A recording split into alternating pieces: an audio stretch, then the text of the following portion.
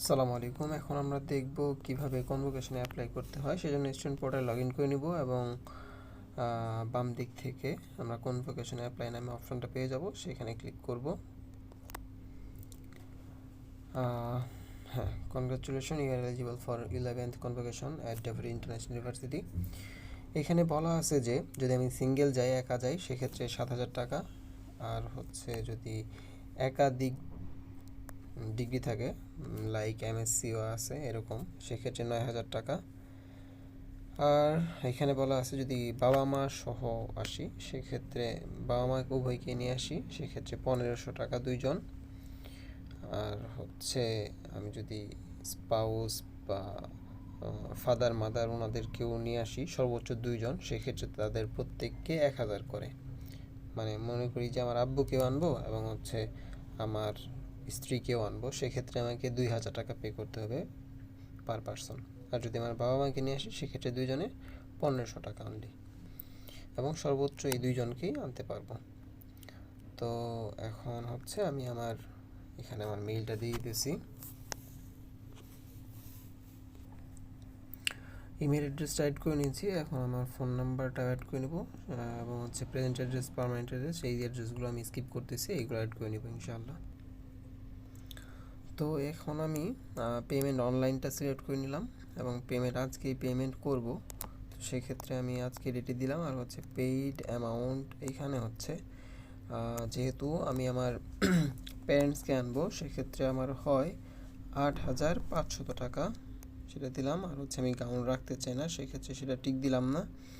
আর আমি বাস ইউজ করতে চাই, সেক্ষেত্রে বাস ইউজ করবো, সমস্যা নাই, এটা ইয়েস দিলাম। এটা হচ্ছে ধানমন্ডি থেকে ইউজ করব। এখন আমি আমার গেস্টের নাম এবং ডিটেলসগুলো অ্যাড করতেছি ইনশাআল্লাহ।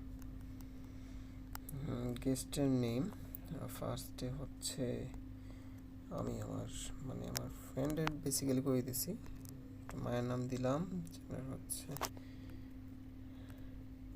আচ্ছা এটা রিলেশনটা সিলেক্ট করলে জেন্ডার হয়ে যাবে মাদার, একাই সিলেক্ট হবে, প্রফেশনাল হাউসওয়াইফ, ওকে, ন্যাশনাল আইডি দিতেছি আমি।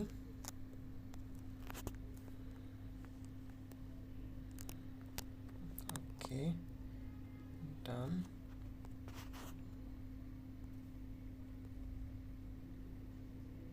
দেন অ্যাড গেস্ট, সেকেন্ড আরেকজন, সেটা হচ্ছে নেম হচ্ছে ফাদারের নেম দিতেছি, জেন্ডার একা আসবে, রিলেশন হচ্ছে ফাদার, দেন প্রফেশন হচ্ছে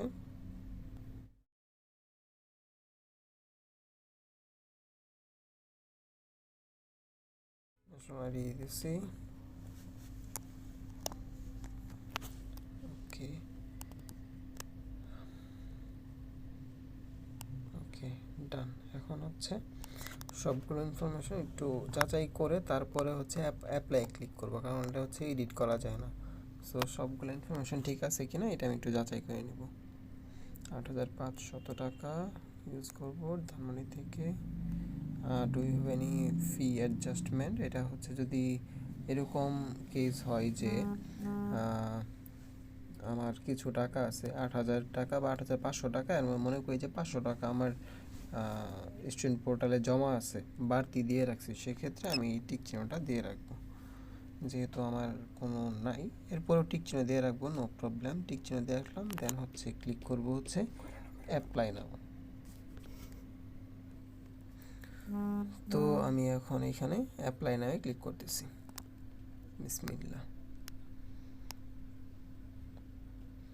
ওকে, আমি বেসিক্যালি এইখান থেকে পেটা করব না, কেটে দিলাম, একটা ট্রেক আছে সেজন্য।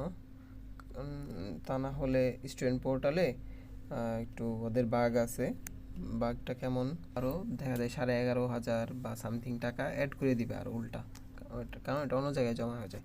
তো আমি এখন কি করব, এরকম একটা ইন্টারফেস আসার পরে আমি মেক পেমেন্টে ক্লিক করব।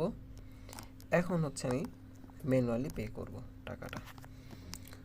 বিকাশ সিলেক্ট করব, বিকাশে পেমেন্ট করব। 8,500, 120 টাকা খরচ হবে, সব মিলে হচ্ছে 8,620 টাকা পে।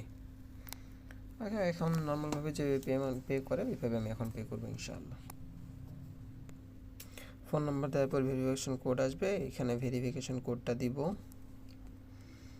ওটিপিটা দেওয়ার পরে কনফার্ম। এখন আমি আমার পিন দিব, দেন হচ্ছে কনফার্মে ক্লিক করবো ইনশাআল্লাহ।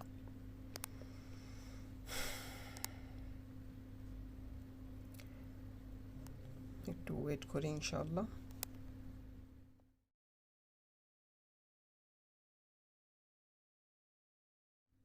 ওকে, পেমেন্ট কমপ্লিট। এবং হচ্ছে হ্যাঁ, এখানে আর কোনো স্টুডেন্ট পোর্টালে কোনো কিছু অ্যাড হবে না, জাস্ট সুন্দর করে পেইড লেখা হয়ে গেছে। সো এখানে আর কোনো ঝামেলা হইল না।